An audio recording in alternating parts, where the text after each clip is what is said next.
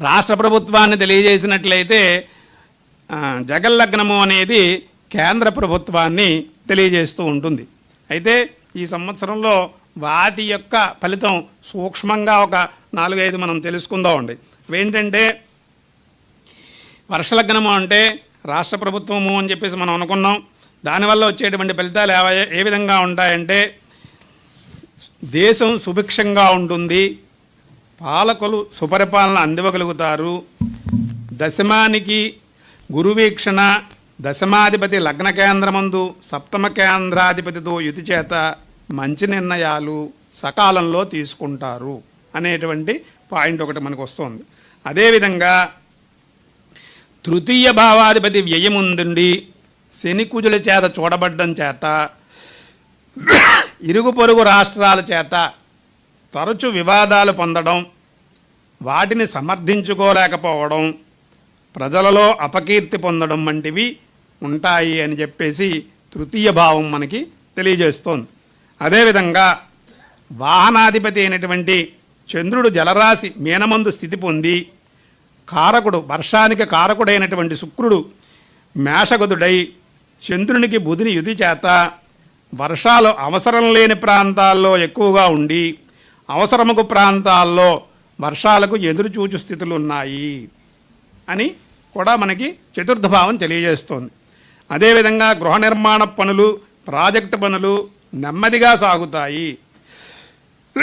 ధనభాగ్యాధిపతులు పరస్పరము కేంద్ర స్థితి చేత ఆదాయాలు వృద్ధి చెందుతాయి, రుణాలు కొంతవరకు తగ్గించుకోవడానికి అవకాశం ఉంది.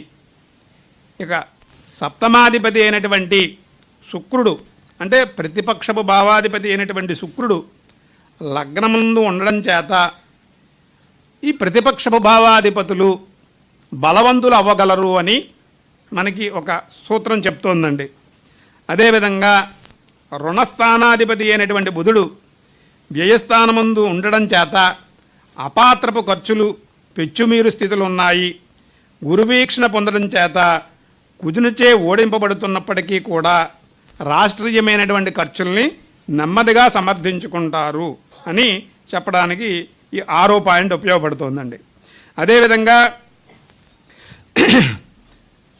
ఈ రాజ్యాధిపతి నీచి పొంది రాజ్యమును వీక్షించడం చేత పరిపాలనా విధానములందు అంటే మంత్రుల శాఖలందు మార్పు చేర్పులు ఏర్పడు సూచితములు ఉన్నవి అని చెప్తోంది.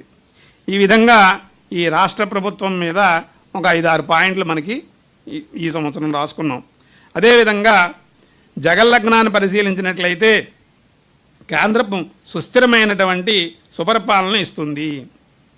అంతేకాకుండా లగ్నమునకు ఆ పక్కన ఈ పక్కన శుభగ్రహాలు ఉండడం చేత విశేషమైనటువంటి కీర్తి ప్రతిష్టలు కేంద్ర ప్రభుత్వం పొందగలుగుతుంది. ప్రతిపక్షపు స్థానాధిపతులు వారి పాత్రను పోషించుకుందుకు మంచి అవకాశాలు ఏర్పడుతున్నప్పటికీ కుజవీక్షణ చేత అవకాశాలని అందిపుచ్చుకోలేని స్థితులు కూడా గోచరిస్తున్నాయి 2వ పాయింట్ చేత. అదేవిధంగా దేశీయ ఆదాయాలు వృద్ధి చెందగలవు. తర్వాత జలోపప్లవములకు కొన్ని చోట్ల జల ఉపప్రభవములకు జలోపప్లవములు అంటే బాగా ఎక్కువగా వచ్చేయడం, వరదలు వచ్చేయడం అటువంటివి కొన్ని చోట్ల అవకాశం ఉంది.